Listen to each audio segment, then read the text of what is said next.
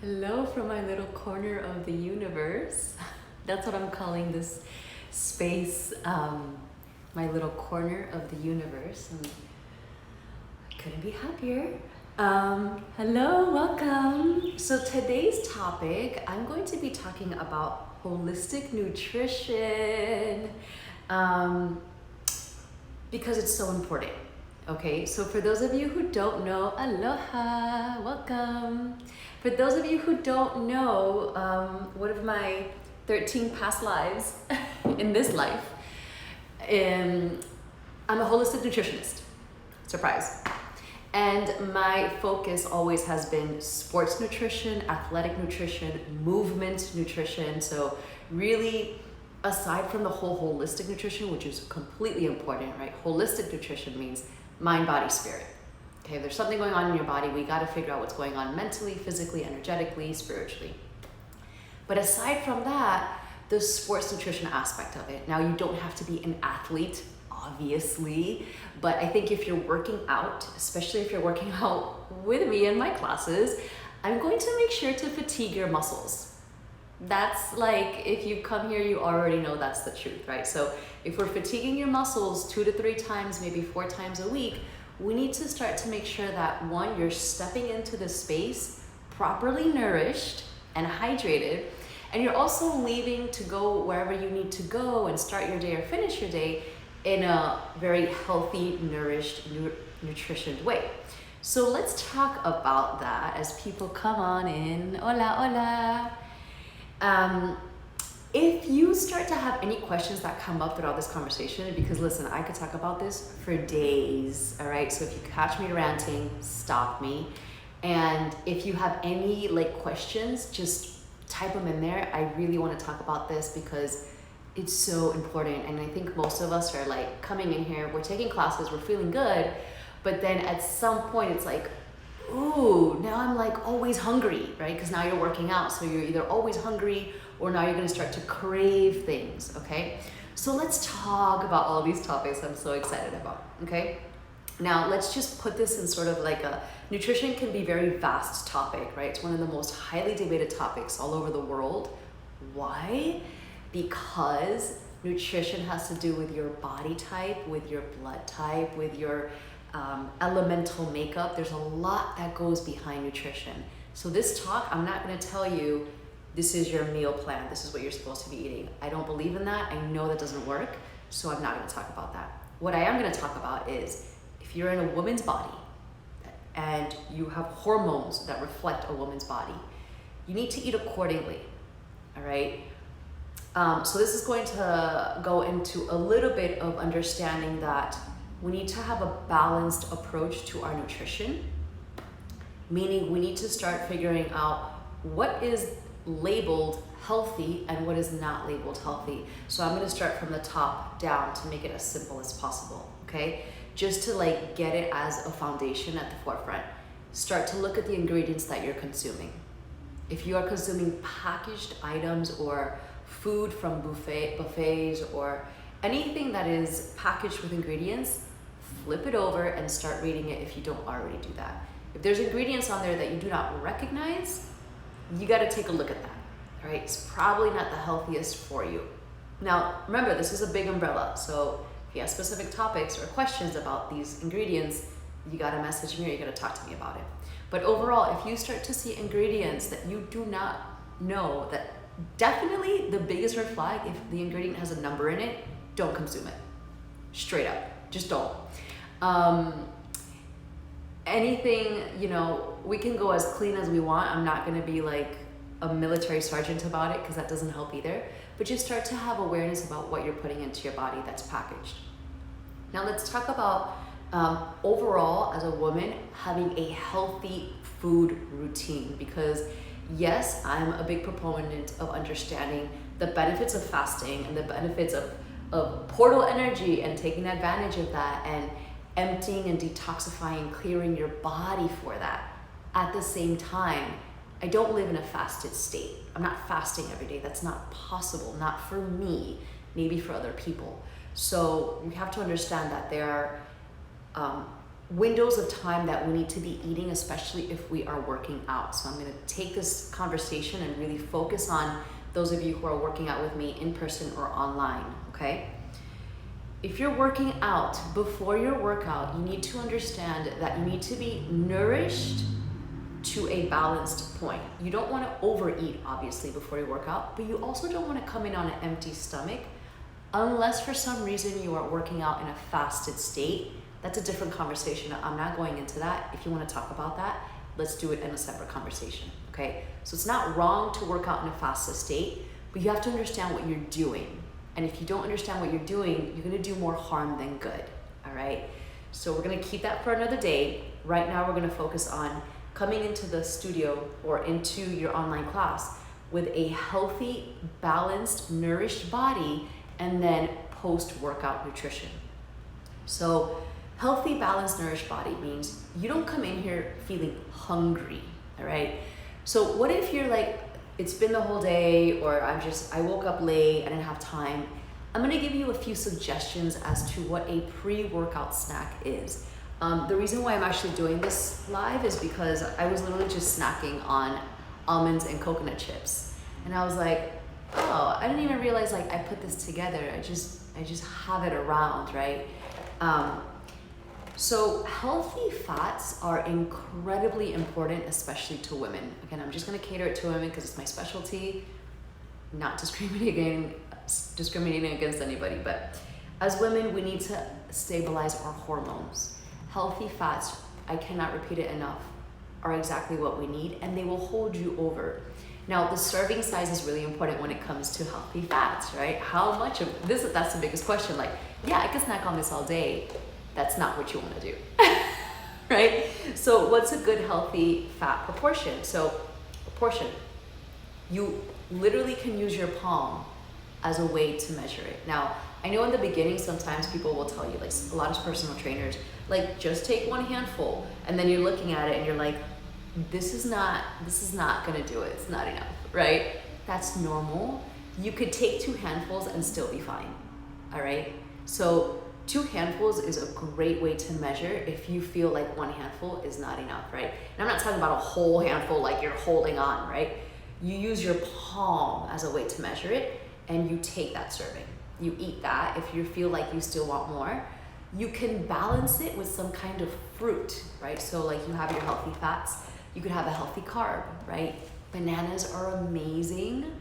Not a big banana. If you're local to Hawaii, you have your local apple bananas. Those are great to take with you. Easy sugars to break down, all kinds of berries. So any kind of fruit that is low in glycemic index, GI, it's amazing. Any kind of berry is good for that. So if you want to balance those 2 out, I find that mixing fats and fruits are not always the best thing for me, for my digestive system. So some of this stuff you have to play around with. And this again goes back to how much do I eat before class, right? If you just had lunch or you just had breakfast, understand that you don't want to overeat before class because you're going to strain your body and you need energy to work out. So you don't want to be in full digestion mode when you come into class or when you take class online from home or from wherever you are. You want, because your body is like a machine. It is a machine. So if you are pumping the gas on your car, you're not driving it. That's like the easiest example. So if you are eating, you don't want to go straight into a workout because your body is still fueling and digesting, okay? So you want to keep your pre-workout snacks or meals small and condensed, what we call nutrient density. Nutrient density means there's no extra fluff in the ingredients. Everything is as clean and highly nourishing as possible. And you want to keep it basic. I wrote down here KISS, right? KISS, keep it simple, stupid, right? Like keep it as simple as possible. The more simple it is, the better it is, okay? Now, let's move on over to hydration. So let's say you're right before you're coming in, especially all day during the day, maybe you woke up, maybe you come in for the morning classes, during and after your workout. And speaking of hydration, I'm gonna drink one of my herbal tea blends with rose. hydration is incredibly important. I'm not against coffee. Let me be super clear about that. I am for balancing the body and giving you what you need, okay? So all things in balance are great. Now, for those of you who do drink coffee or anything that is acidic, so we have to understand a little bit, not gonna go too far into it, pH balance, acid, alkaline. Our bodies have to constantly sort of sway between those two. We wanna find a steady medium for ourselves. And anything that's too acidic is going to start to cause dehydration and other things in our bodies. So when you come into class, you should at least be bringing in some kind of liquid or water, most specifically. If you find that you get dehydrated easily, you may want to start taking in electrolytes. I have a good electrolyte supplement here that I can share with you. Coconut water is, of course, the most natural and highly abundant drink that you can have in electrolytes. Extremely hydrating, okay? Hydration is key. If you're dehydrated, your body just stops working. Again, going back to the example of the car, it's like not ever changing the oil in your car and just expecting it to run well. It just doesn't. So hydration is key. And then let's talk about post-workout. So let's say you come here and then you go home or you have your day ahead of you. It's really important if you're taking class with me, because again, I'm gonna repeat it, I am purposely fatiguing your body to build more strength in your body, right? To have more endurance, to have a healthier body. So I'm challenging your limits. Make sure that you're eating well. So let's talk about that. Let's talk about what is a healthy protein, right? I'm not going to talk too much about packaged foods, because overall, if you're eating a lot of packaged foods, especially packaged proteins, we want to talk about that. We want to sit down and really take a look at why are you reaching towards that more often than not. We want to go as natural as possible. Why? Start looking into the sodium level of your foods. Start looking at the preservatives of your foods. There are so many options these days. It doesn't matter what diet you follow, whether it's paleo, vegan, vegetarianism, whatever. Like, there's always clean options. Protein is extremely important because it keeps your, I'm not even gonna go into the science behind it. It's just helping your metabolism stay up so that you can burn calories, so that you can create more muscle, so that your whole body can function well and your brain can function well. Understand that when we don't eat well, when we don't have nutrient-dense meals or like healthy foods, our mind and body cannot function properly, okay? It's like expecting to have a garden but not giving it sun and water, right? It doesn't work. So it's really important that you consider post-workout a healthy protein for yourself and healthy carbohydrates, right? Because we already talked about fats. Fats are good to have as a snack or as an added layer of your meals. So let's talk about carbohydrates. So post-workout, you don't really want to focus too much on fats. There's nothing wrong with having fats post-workout. Let me be super clear. That's just not your focus. So right now I'm snacking on almonds and coconut chips, but I haven't necessarily worked out today. It's think of a fat as something really heavy that holds your metabolism over and keeps your body burning fuel and keeps your brain healthy, keeps your body functioning. But when you think of post-workout, you want to think of healthy carbohydrates and healthy proteins. So what are healthy carbohydrates? Again, I'm going to keep it as simple as possible. The less ingredients, the better. So starchy vegetables are amazing. Squash, all your pumpkins. Then you have your grains or your pseudo grains like quinoas and brown rice and millet. All of those grains are amazing. It's like my brain is like giving me all these things, but we have to keep it simple, right? So obviously if you're gluten allergy or if you have like all these specifics according to your body, you do what your body needs, but you're still reaching for these healthy carbohydrates. Yams, potatoes. Let me talk to you a little bit about that, because I know some of us try to stay away from these things because we're scared.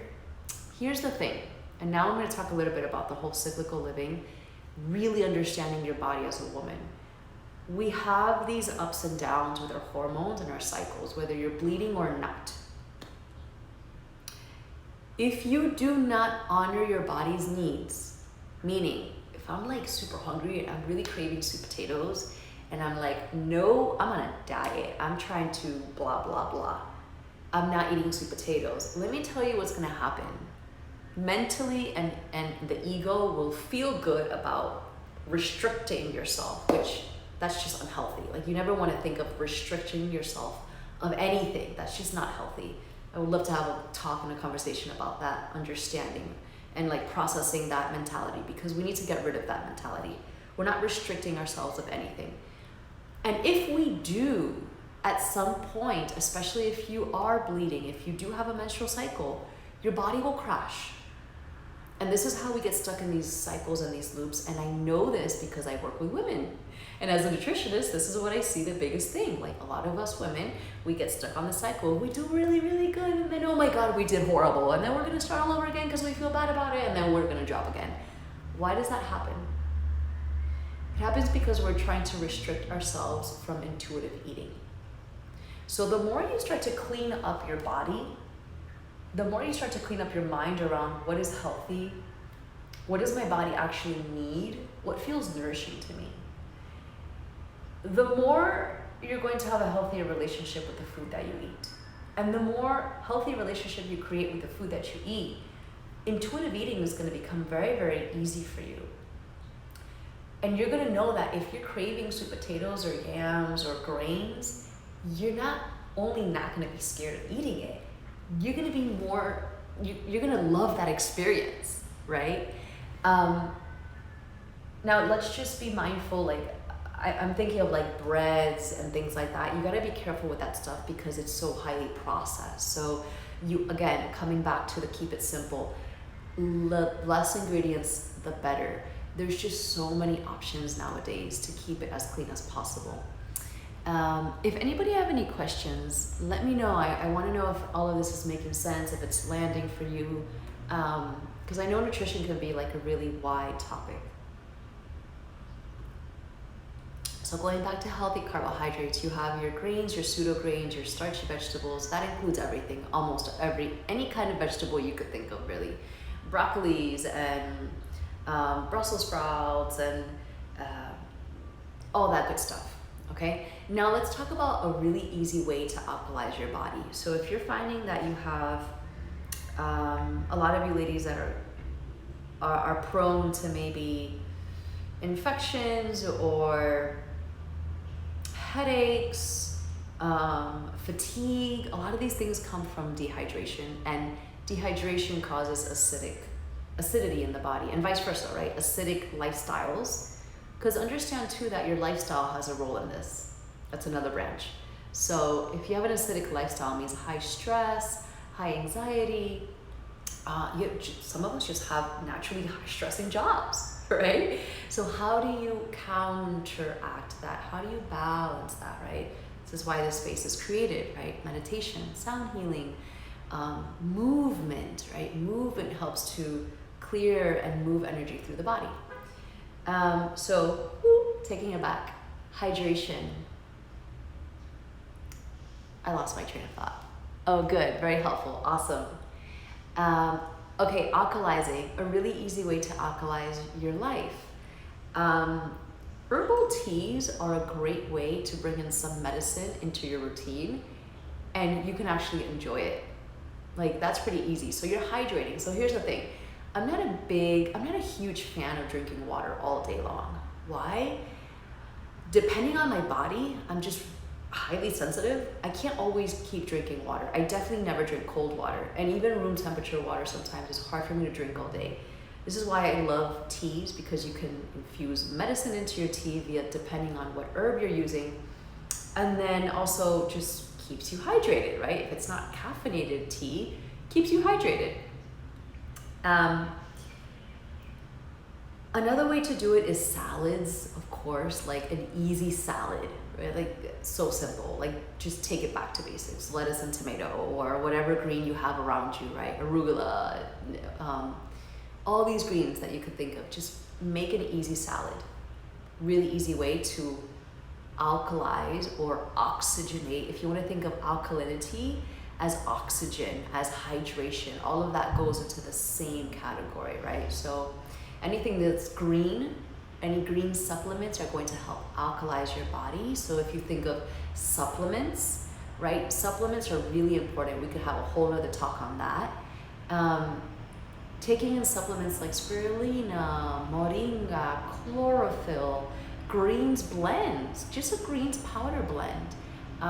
If you need help with that, let me know. I'm happy to talk about that because I take one daily. It just helps oxygenate the body.